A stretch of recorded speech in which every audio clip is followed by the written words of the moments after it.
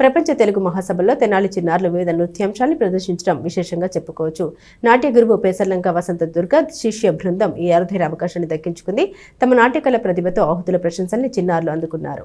ఆంధ్ర సారస్వత పరిషత్ ఆధ్వర్యంలో గుంటూరులోని Shri Sathya Sai spiritual city ప్రాంగణంలో 3వ ప్రపంచ తెలుగు మహాసభలు అత్యంత ప్రతిష్టాత్మకంగా జరుగుతున్నాయి. ఈ మహాసభల 2వ రోజున డాక్టర్ నందమూరి తారక రామారావు ప్రధాన వేదికపైకి తెనాలికి చెందిన శ్రీలక్ష్మీ నారాయణ కూచిపూడి నృత్య కళానికేతన్ నాట్య గురువు పేసర్లంక వసంత దుర్గ శిష్య బృందంలోని దాదాపు 60 మంది చిన్నారులు బాలల నృత్య రూపకం శివలీలను ప్రదర్శించారు. అదేవిధంగా సినీ సాహిత్య నృత్య గీతం భారత వేదముగా కుండలపై నృత్యం చేశారు.